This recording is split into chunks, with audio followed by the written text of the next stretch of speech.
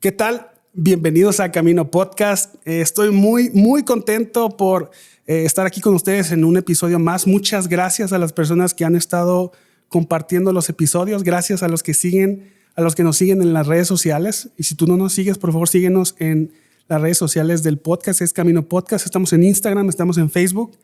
También estamos en todas las plataformas de podcast. Y yo sé que estás escuchando este episodio en tu plataforma favorita, pero si conoces a alguien que use otra plataforma, lo puedes compartir. Estamos en Spotify, en Apple Podcasts, Google Podcasts, en Amazon Music, estamos en Podbean y estamos subiendo los episodios a YouTube.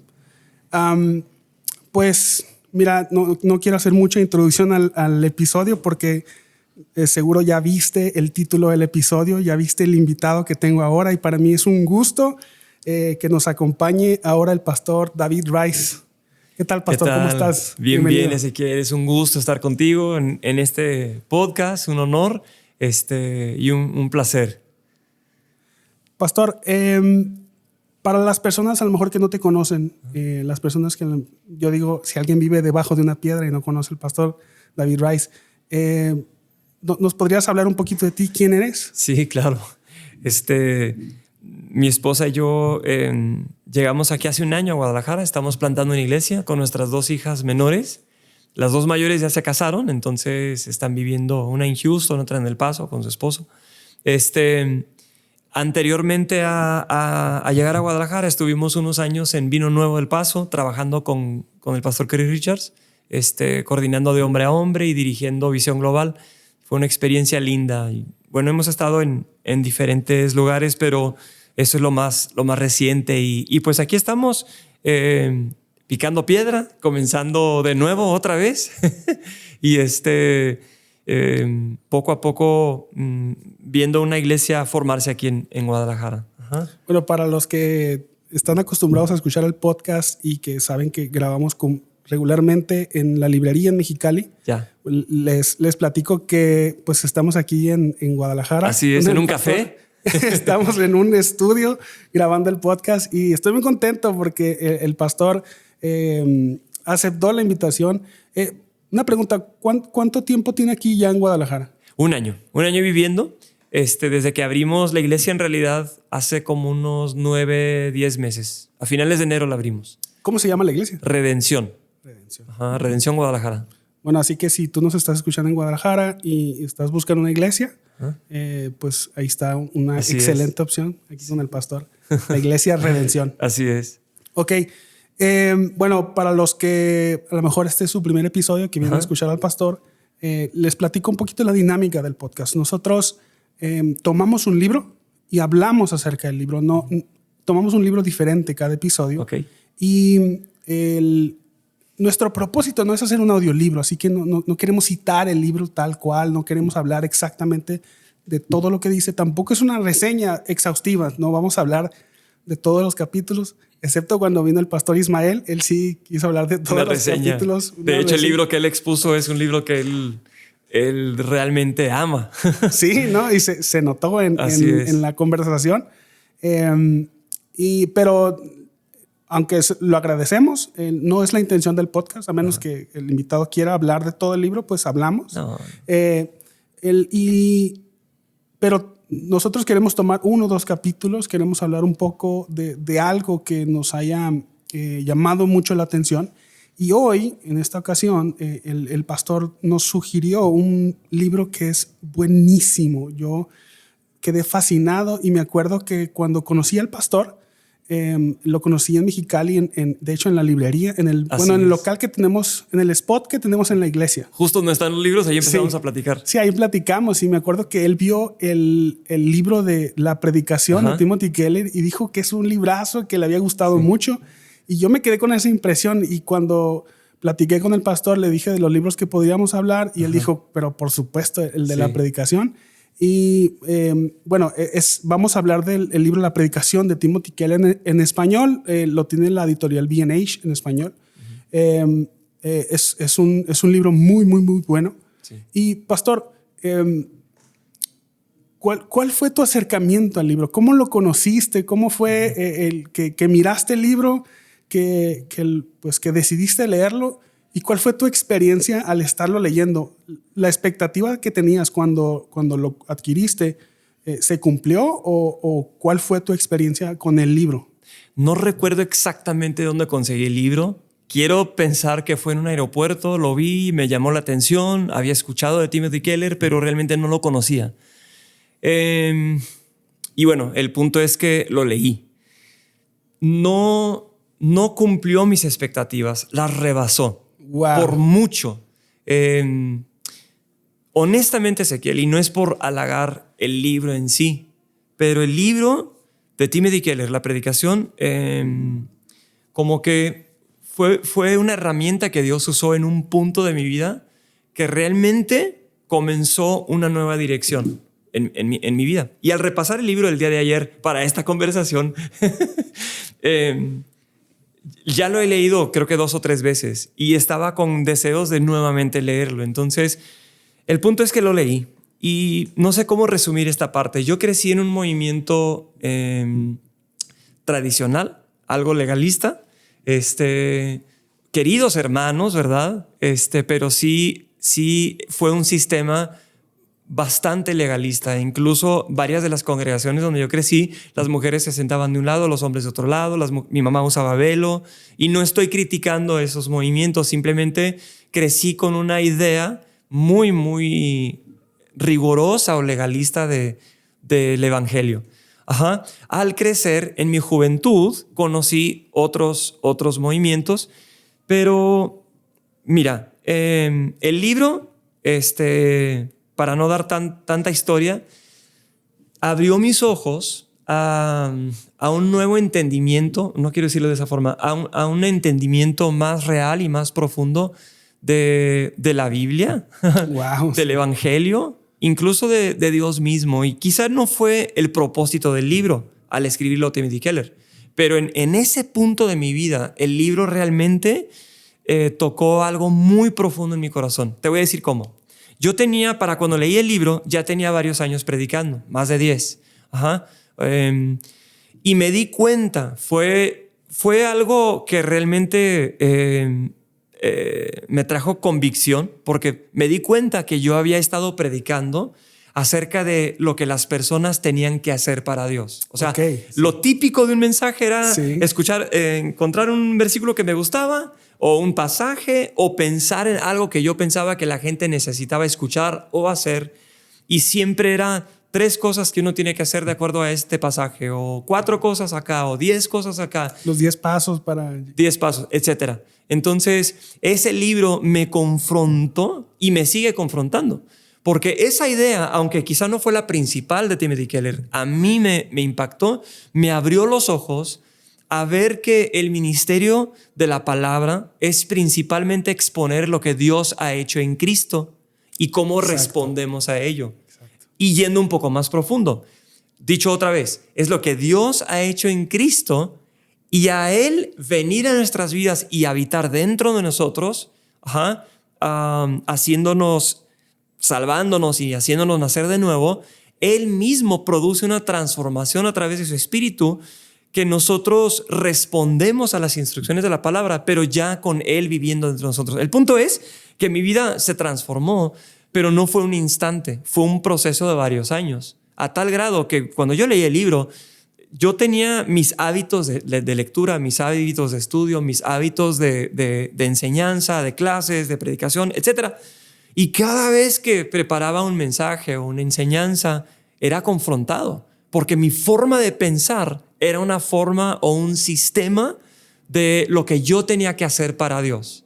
Entonces, me ha costado varios años, pero puedo decirte con honestidad, Ezequiel, que fue una de las herramientas que Dios usó en un punto de mi vida que cambió el curso de mi vida hasta la fecha.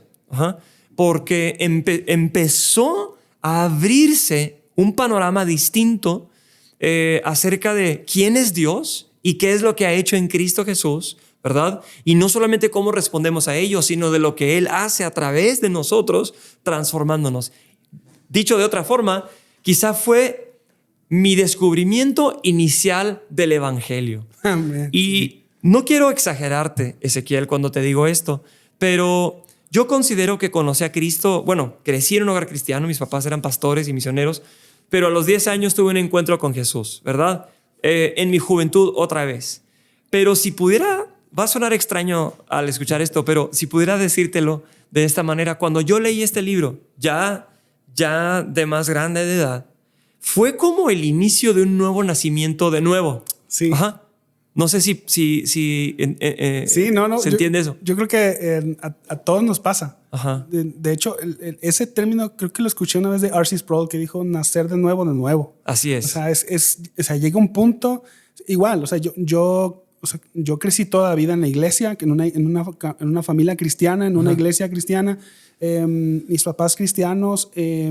Igual, yo recuerdo un momento en mi adolescencia donde hubo una convicción genuina de pecado y entregué mi vida al Señor. Ajá. Pero estaba en la adolescencia y venían varias cosas y tuve varios, incluso varios fracasos en los cuales yo creo que el Señor me estaba orillando para tener un encuentro con Él, un encuentro donde mis ojos sean abiertos. Ajá. O sea, yo creo que yo me sentía como... Hay un pasaje en Marcos capítulo 8 Ajá. cuando Jesús sana a un ciego Ajá. y dice, sí veo, pero veo borroso. Así Entonces es. Jesús llega, lo toca de nuevo y ahora ve bien. Entonces yo creo que yo era como ese ciego donde, o sea, el Señor ya me había tocado y yo reconocía a Jesús como el Señor de mi vida. Sí. Podía tener una relación con Dios. Exactamente. Pero mi visión era borrosa. Pero llegó un punto donde el Señor me tocó y mis ojos fueron abiertos y decía, porque antes miraba a los hombres como árboles que Ajá. caminan siguiendo este pasaje. Justo lo que estás diciendo se asemeja a un ejemplo que citó Keller citando a Whitefield creo que el capítulo 2, donde Whitefield, el predicador Jorge Whitefield en el siglo XVIII, estaba predicando o escribiendo acerca de gente cuando despierta a Cristo, o despierta a su necesidad, pero su despertar no es, o sea, comienzan a despertar, intentan ser buenas personas desde ese punto en adelante.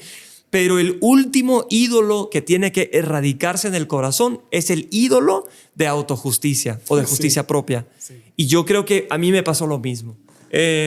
Incluso yo pienso en Juan Wesley cuando ya era predicador, ya era teólogo, ya era misionero, pero al regresar en un barco desde las Américas a Inglaterra, unos moravos le preguntan si había nacido de nuevo. Estás hablando de una persona que sabía escribir y leer griego y...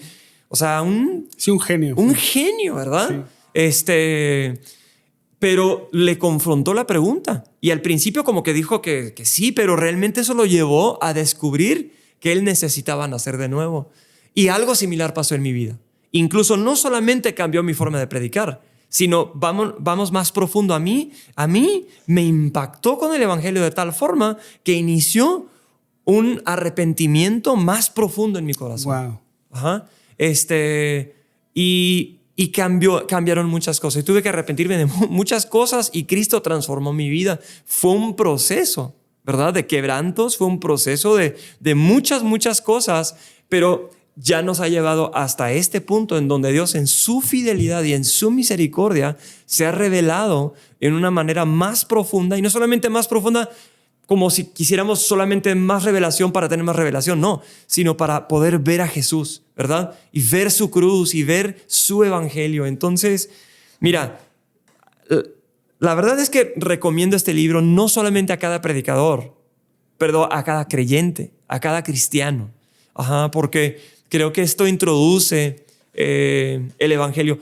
A mí me impactó. Y yo creo que Dios puede impactar tu vida a través de algún otro libro, ¿verdad? Pero en mi caso, esta fue una herramienta, y no es que el libro sea perfecto o el único libro acerca de la predicación, pero expone, yo he dado cursos de homilética, ¿verdad? Y he leído libros de homilética y hermenéutica y ha sido un tema, ¿verdad? Por muchos años, pero este libro fue fresco. Fue fresco no por lo novedoso, sino por lo central, la parte central que le da a Cristo y al evangelio. Entonces, creo que es un poco de lo que el libro ha hecho en mi vida. Ajá. Sí, ya me dieron ganas de leerlo otra vez. Sí. Con eso que nos está diciendo. Sí, no, definitivamente es un excelente libro. Pero y me encantó eso que acabas de decir. Es un libro que no solamente es para predicadores. Así es. O esas personas que están en el púlpito dando un discurso. Este libro es recomendado para todo creyente. Así es.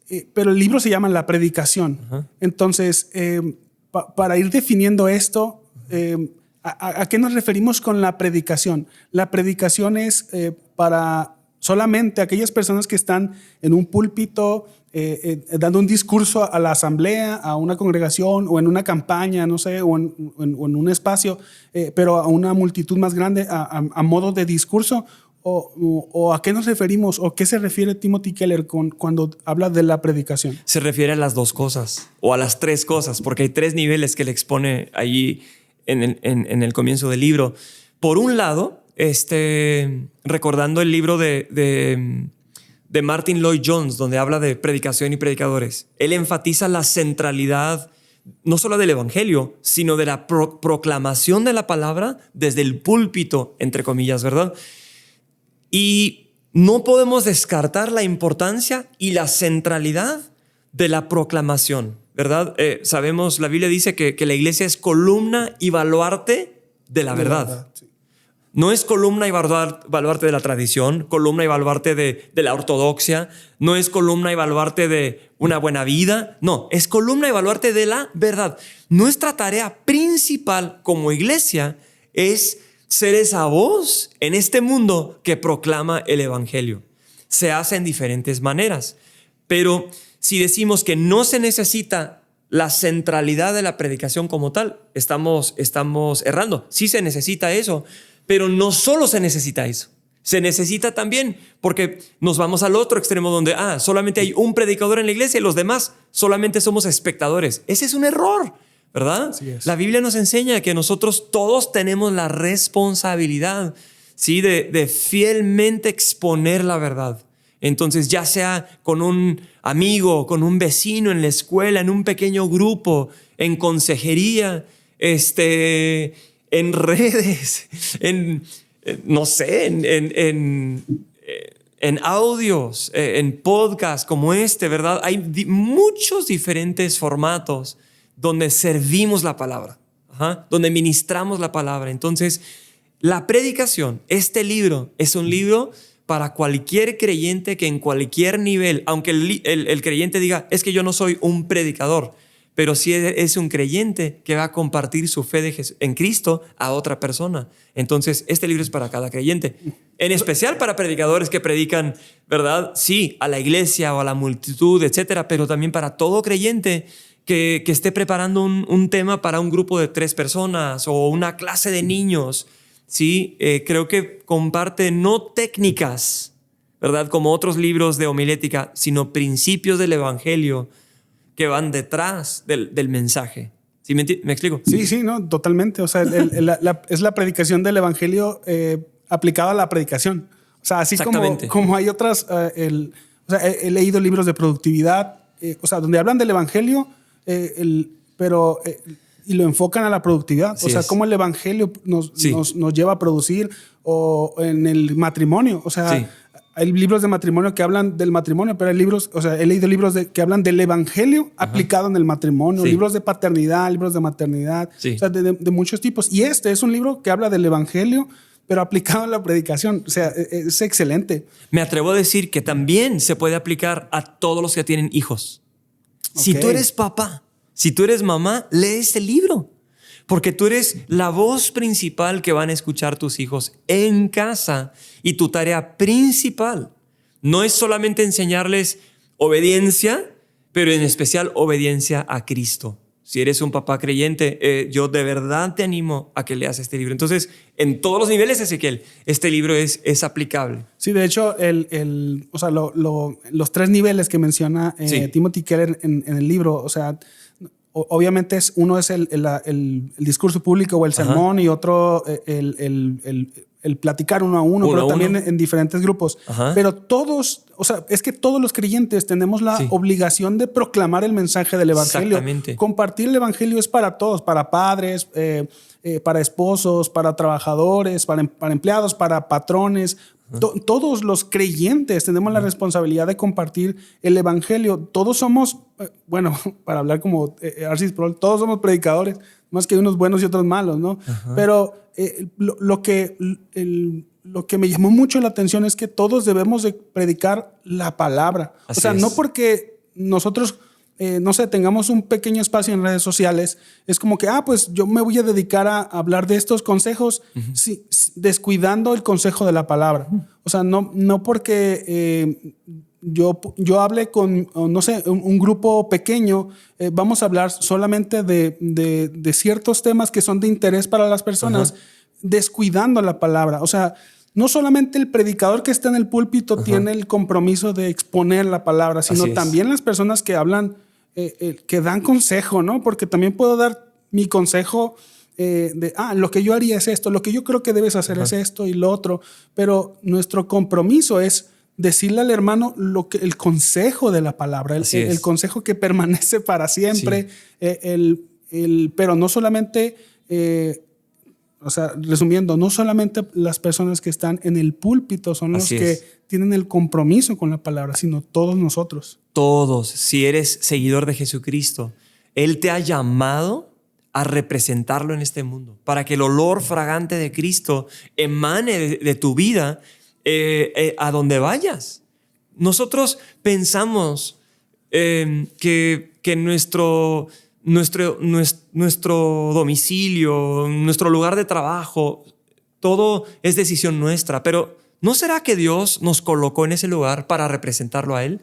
2 Corintios 5:17 dice que somos nueva creación, nueva criatura en Cristo Jesús, y Él en los siguientes versículos dice que nos ha dado el ministerio de la reconciliación a todo creyente y la palabra de la reconciliación a todo creyente. Por ende, dice ahí, somos embajadores de Cristo Jesús, ¿verdad? En este mundo. Si tú vas al supermercado, eres un representante y un embajador de Cristo Jesús. Eres papá, eres mamá, ¿sí? Vives en una cierta manzana, cierta colonia, cierta calle, cierto trabajo. Dios está detrás de todo eso porque te ha colocado ahí para representarlo como un embajador. Y si nosotros pensamos que el único que predica o proclama la palabra es el predicador que escuchamos el domingo por la mañana, que esto es importante, sumamente importante, y no hay que reducir esa importancia, pero si dejamos que ese es el único lugar donde se proclame el evangelio, entonces estamos cayendo en un error doctrinal, porque la Biblia habla del sacerdocio del creyente.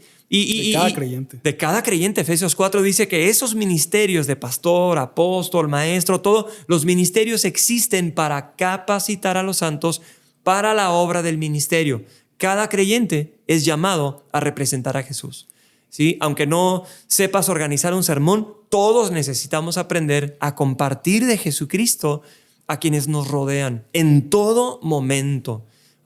El otro día, hace ya unos meses, estábamos viendo una casa con la familia y el agente que nos mostró la casa, obviamente ya no nos quedamos a vivir ahí ni nada, pero el encuentro que tuvimos con ese vendedor, con ese agente de bienes raíces, justo estábamos por irnos y no sé por qué. Él nos empezó a compartir acerca de su hijo, que su hijo ya no vivía conforme a los principios que ellos como papás le enseñaron, etcétera, etcétera, etcétera. Y no quiero entrar en detalle, pero al escucharlo, imagínate, se está abriendo aquí este señor. Lo escuchamos y simplemente con 2 o 3 palabras le hablamos de Jesucristo y le dijimos, nos da oportunidad de orar con usted en este momento por su hijo.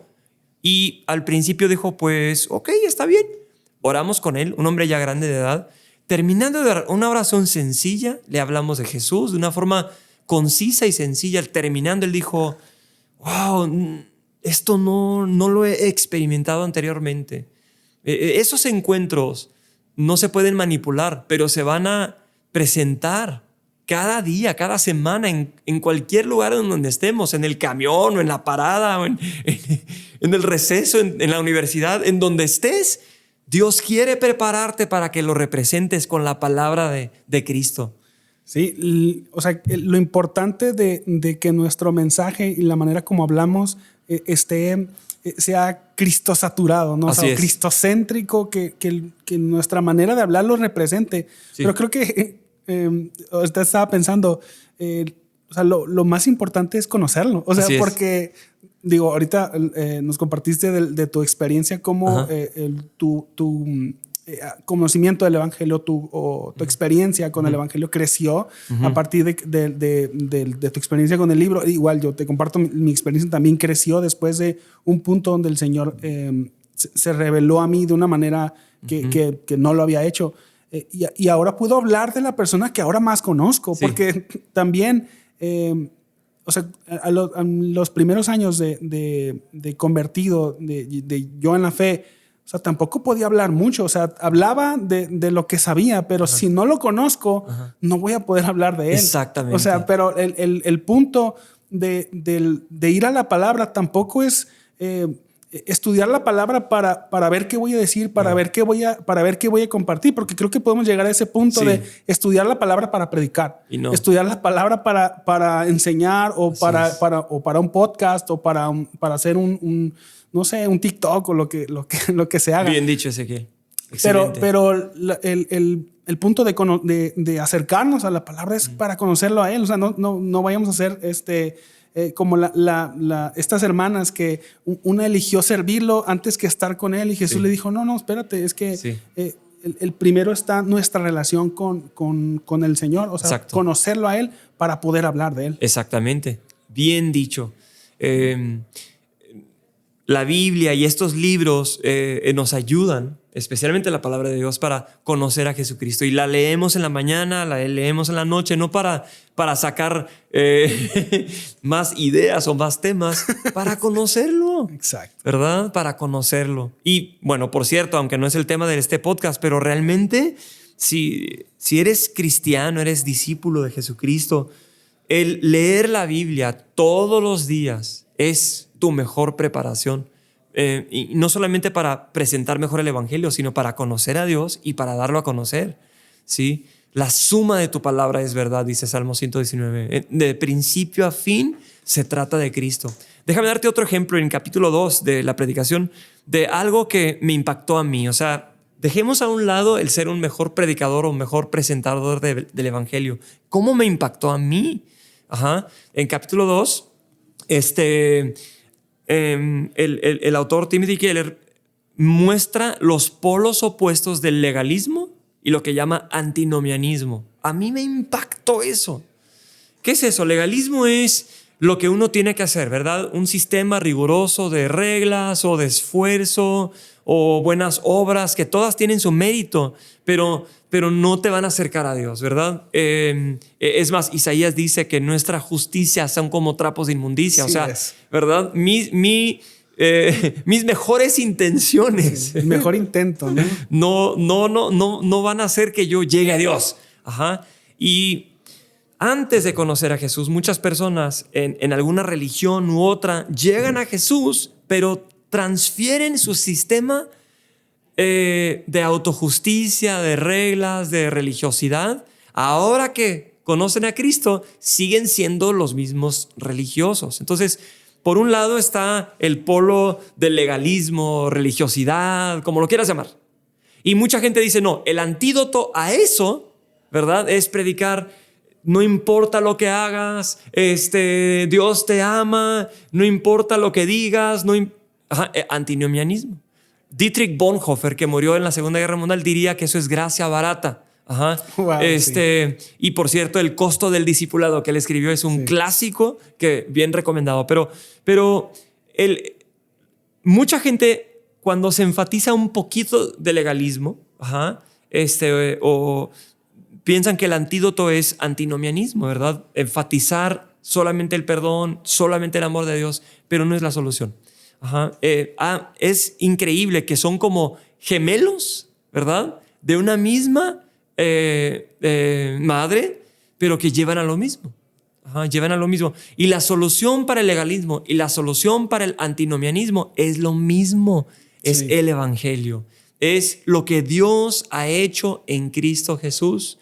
Y cuando Cristo viene a habitar en nosotros, la transformación que Él produce. Y cuando nosotros hacemos buenas obras o aprendemos a obedecer la palabra, no lo hacemos por tratar de alcanzar a Dios, lo hacemos porque Él nos alcanzó a nosotros y ahora Él vive en nosotros y vivimos una vida transformada.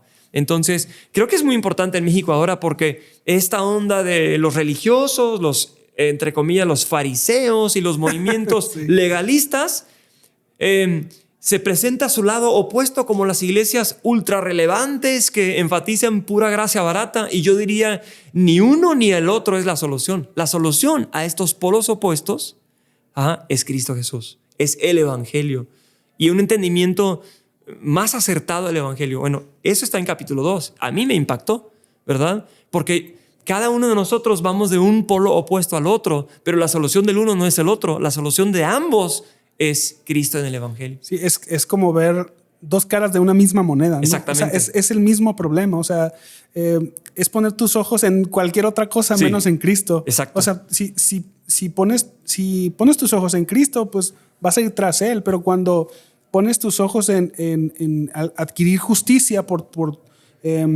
tus propios méritos, pues vas a caer en el legalismo. Sí. Pero si quieres libertad por encontrar libertad o encontrarte con el amor de Dios a tu manera y no a su manera, pues vas a caer en el otro extremo. Sí. Entonces, las dos, dice Timothy Keller, son dos gemelos de la misma madre, ¿no? Yo lo entiendo así como dos caras de la misma moneda, pero la solución es el evangelio. ¿No te parece que a veces... digo, ya enfocándonos a lo mejor en la predicación o los predicadores, quieren resolver estos problemas en sus métodos o en sus maneras y no ven al evangelio tan relevante? O sea, me imagino que alguien... Es que, a ver, yo salí de una iglesia que a lo mejor podrías catalogar un poquito más legalista, con ciertas reglas, ¿no?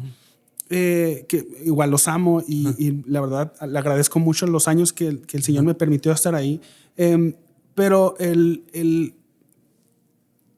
algunos predicadores, algunas personas que a lo mejor también salieron de ahí, empezaron a hablar de lo otro en vez de hablar del evangelio, porque dijeron lo que la gente necesita es hablar del amor de Dios y hablar del perdón, pero sin el arrepentimiento. Exacto. Y igual, personas que vienen, porque también conozco, que vienen de iglesias ultra relevantes, que van y se enfocan o se meten en iglesias que son súper legalistas, porque dicen, no, es que eso que estaba ahí estuvo mal, y se acercan, pero no buscan el evangelio. Y no pasa en esto en que los predicadores a veces no ven tan relevante. ¿Por qué será que no ven tan relevante el evangelio y quieren hablar de otras cosas en vez de centrarse en su palabra? Quizá porque no han entendido el evangelio. Y lo digo por mí mismo, no estoy señalando. Yo mismo no entendía el evangelio. Y cuando leí la predicación fue el inicio de varios años de ir entendiendo más y más el evangelio. No fue de la noche a la mañana, pero inició un cambio real y profundo en mi vida.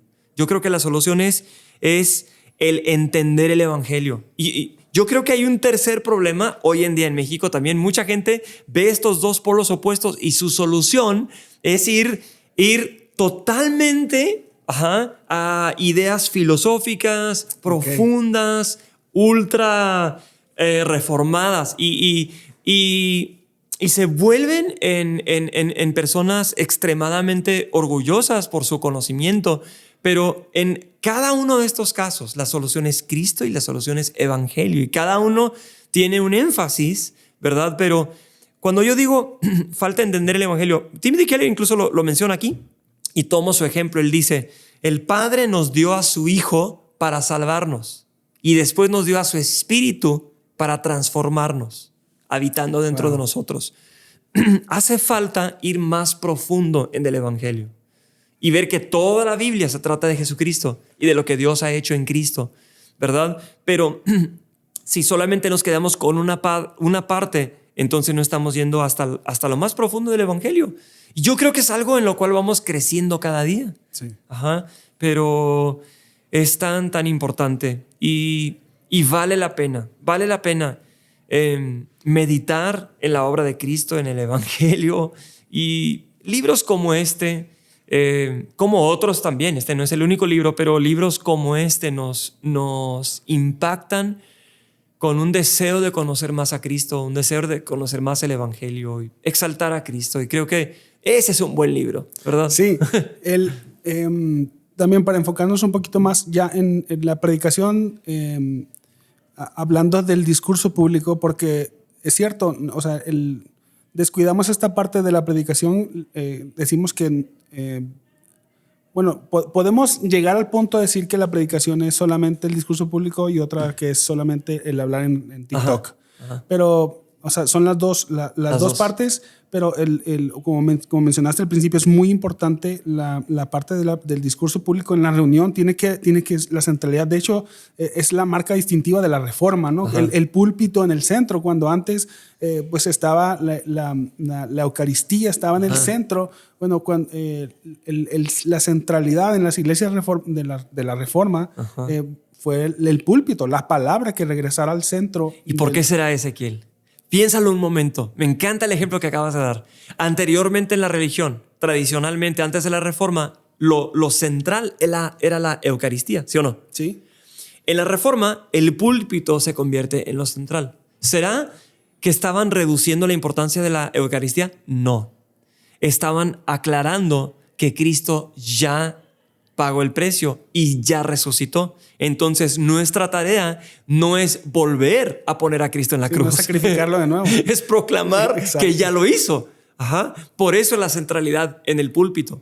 ¿Sí? No es que uno reduzca. Y creo, si no tenemos cuidado, si enfocamos tanto en la palabra, pero es proclamar lo que Cristo hizo.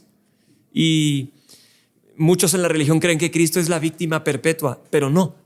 Proclamamos que Él ya venció, ya resucitó, ya pagó el precio y por eso la centralidad del mensaje. Sí, la parte de la predicación como la parte central de nuestras reuniones, creo que todas las iglesias evangélicas es algo que tenemos claro, ¿no?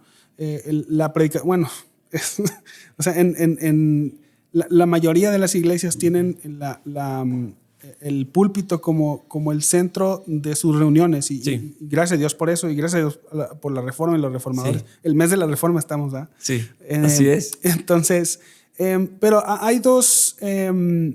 Yo he visto dos tendencias actual en la predicación. A mí me gusta mucho la predicación y ya he tenido la oportunidad de predicar ahí en la iglesia. Y soy un amateur, un wannabe de la predicación, predicador wannabe. Y todos somos aprendices, la verdad. Entonces, yo he visto dos tendencias que me gustaría saber tu opinión. Sobre la predicación que es temática, que es los predicadores que se enfocan a hablar sobre temas, sí. Y la predicación que es verso a verso. Sí. Algunos le llaman la predicación expositiva. Yo entiendo la predicación expositiva como la predicación que expone el mensaje del texto. Exacto. Ya sea temática o verso a verso. O sea, definitivamente, si es una predicación temática, se tiene que hablar la palabra y el mensaje de la palabra. Si es verso a verso, pues también. O sea, porque también se puede hablar de cualquier cosa en una predicación temática y en una predicación verso a verso. Pero entendiendo esta parte de la predicación que expone el mensaje del texto. Hay una tendencia a predicar por temas y series, ¿no? Y hay una tendencia a predicar libros completos de la Biblia, así verso a verso. Primeramente, ¿por qué opción te inclinas? O sea, en tus predicaciones en tu iglesia. Y o sea, ¿cómo ves estas dos perspectivas? Mira, ambas tienen su lugar. Pero yo me inclino hacia lo expositivo. No necesariamente palabra por palabra. En mi opinión, el enseñar palabra por palabra desde el hebreo o desde el griego y desmenuzar cada palabra, yo pienso que tiene su lugar en un estudio bíblico entre semana o en una clase. Pero la proclamación del evangelio no es que uno no vaya palabra por palabra. Con mucha frecuencia tomo el versículo principal y desmenuzo 2 o 3 de las palabras, no cada una, pero quizás las 2 o 3 más importantes, ¿verdad? Que explican el mensaje central del autor inspirado por el Espíritu, y su enfoque en Cristo. Entonces, cuando decimos predicación expositiva, yo me inclino a que una dieta balanceada de predicación expositiva constante es lo que va a influir a un crecimiento más sano en la vida de los creyentes, en la vida de la iglesia. De repente es refrescante escuchar algo temático, ¿sí? Pero hay predicaciones temáticas y predicaciones temáticas, ¿ok? Sí. Yo creo, nuevamente vamos al Evangelio, Ezequiel. Yo creo que cada cristiano y cada predicador en especial necesita entender la centralidad de Jesús en la Biblia. Por ejemplo, Jesús mismo en Lucas 24, cuando está hablando con los dos que van camino a Emaús, Él vuelve y les habla de lo que la ley y los salmos y los profetas hablan acerca de Él. Romanos 1 también enfatiza esto, ¿verdad? De que Cristo es el cumplimiento. Entonces, todo el Antiguo Testamento apunta hacia Jesús. Y no solamente apunta hacia Jesús, ilustra y es parte de la preparación del Evangelio, y todo el Nuevo Testamento también. Entonces, yo no puedo predicar algo temático sin entender la importancia de la centralidad de Jesús. Y ese es mi vamos a decir, el camino seguro. Porque el problema con ciertos mensajes temáticos, si sale solamente de idea mía, pero no hay una vía en la cual puede correr ese tema. La vía es lo que está en mi corazón y los buenos temas que pueden venir de mí. Si no tengo cuidado, puedo predicar humanismo, ¿verdad? Puedo predicar diferentes ideas relevantes del mundo, pero necesitamos entender la relevancia de ese tema dentro del Evangelio, ¿sí? Entonces, tu misma pregunta al estudiante serio de la palabra le ilustra la diferencia entre teología sistemática y teología bíblica y la forma en que ambas se complementan. Si vas a predicar un tema, predícalo consciente de la centralidad de Jesús y el Evangelio para ese tema. Cómo ese tema se cumple en Jesús, cómo Jesús cumple o sustenta ese tema, etcétera, etcétera. ¿Sí? Verlo dentro del panorama de Cristo y del panorama de la Biblia. Entonces, yo creo, por ejemplo, si vamos a hablar, no sé, del tema del matrimonio, pero estudiemos un poco de la centralidad del Evangelio en el matrimonio, de cómo el matrimonio ilustra a Cristo y su iglesia y de cómo es algo que Dios instituyó. No nada más saquemos nuestros versículos favoritos del tema y los usemos para nuestro... O sea, sí hay que predicar temático, pero hay que hacer el trabajo serio de escarbar para asegurarnos de que no estamos sacando un texto fuera de contexto, sino dentro del contexto inmediato y el contexto total de la Biblia con su centralidad en Cristo. Entonces, ambos tienen su lugar. Me inclino hacia lo expositivo como su dieta balanceada, ¿verdad? De vez en cuando algo temático como para apuntar a algo necesario en la iglesia o en las vidas de las personas, pero siempre ambas centralizadas en el Evangelio y en Cristo. ¿Sí? Sí. Gracias a Dios, en la iglesia, ahí con el pastor Ismael, la iglesia de Avivamiento de Amor, tenemos esa filosofía, o el pastor tiene esa filosofía, sí. y estamos estudiando libros de la Biblia. Sí. Vamos verso a verso, sí. Pero entre libros, el pastor él predica una serie temática, una serie acerca de algo. Si va a hablar, no sé, o sea, puede hablar de temas en específicos, pero también, como dice, de teología sistemática, o también de ciertos temas relevantes. Si se acerca Navidad, pues va a hablar de la Navidad. Si se acerca Semana Santa, habla de Semana Santa.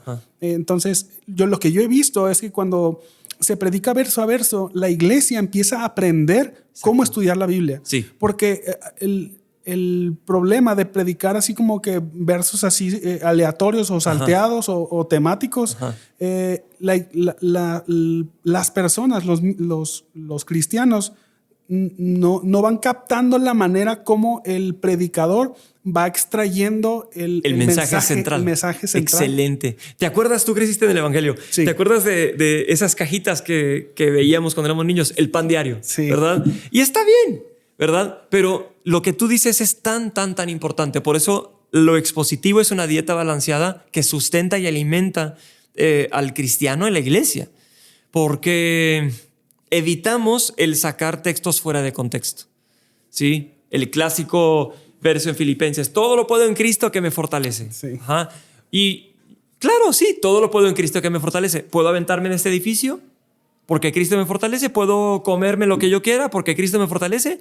¿Qué es lo que está diciendo Pablo cuando escribe Filipenses? ¿Sí? Justo en esa sección, si estudiáramos los versos antes y los versos después, está diciendo: sé vivir en abundancia y sé vivir en escasez. ¿Sí? Todo lo puedo en Cristo que me fortalece. Entonces está hablando de la economía.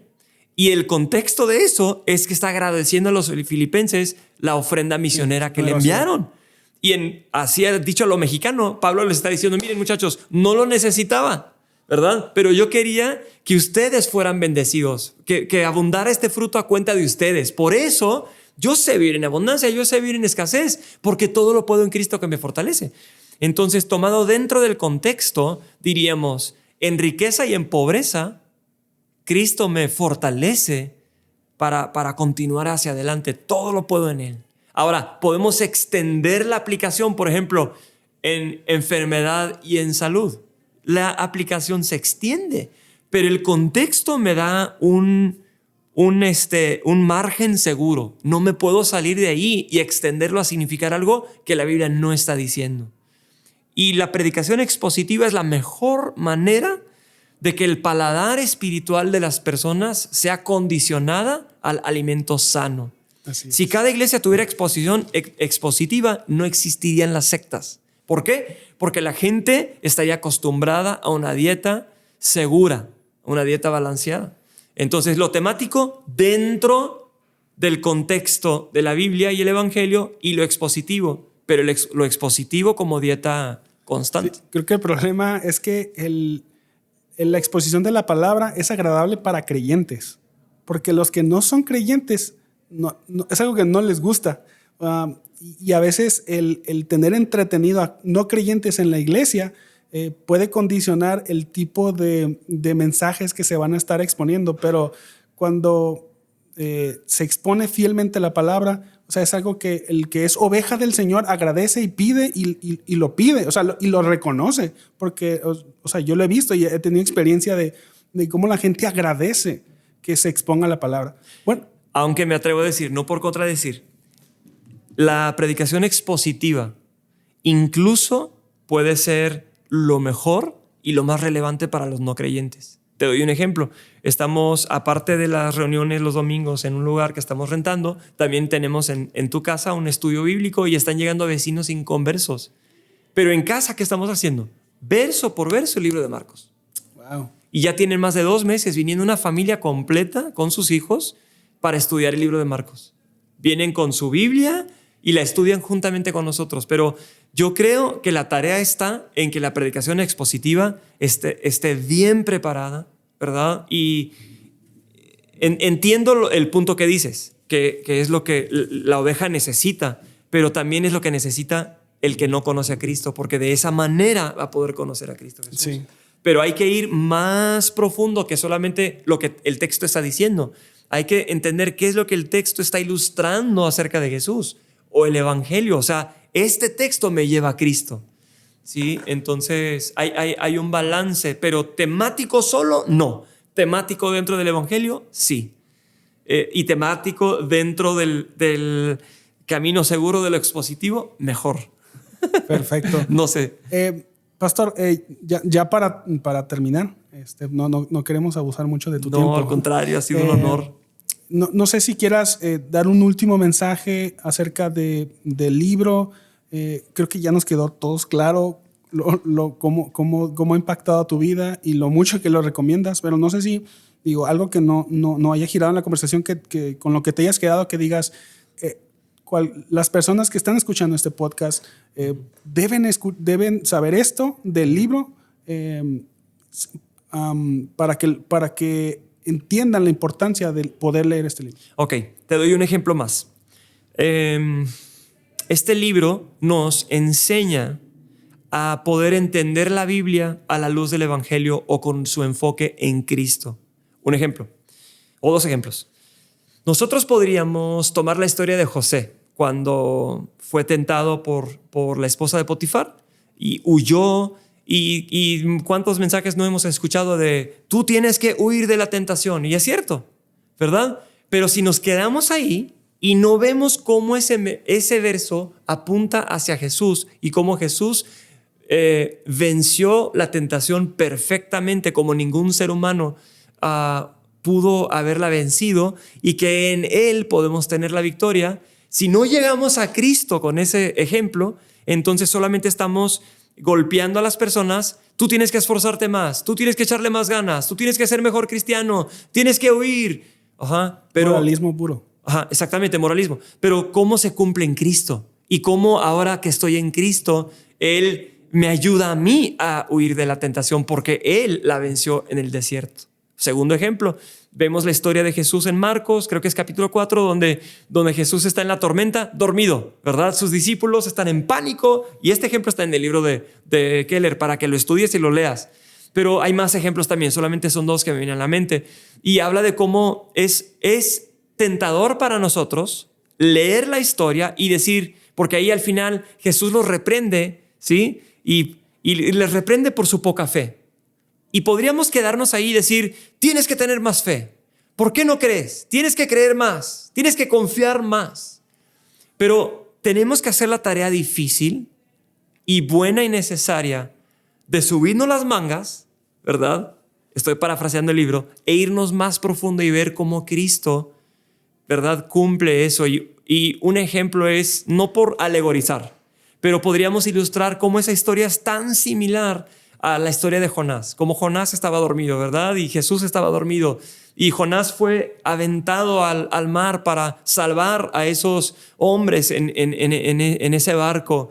Y cómo eso apunta hacia Jesús, que Él no solamente detuvo la tormenta para sus discípulos, pero Él entró en nuestra tormenta del pecado y fue hasta la cruz y tomó nuestros pecados. Sufrió el mismo infierno por nosotros, ¿verdad? El castigo, la ira de Dios fue derramada sobre Él y podemos ir más allá hacia Jesús. Entonces, solamente son dos ejemplos. Están en este libro, pero te confieso que es difícil, ha sido difícil para mí aprender a pensar de esa manera.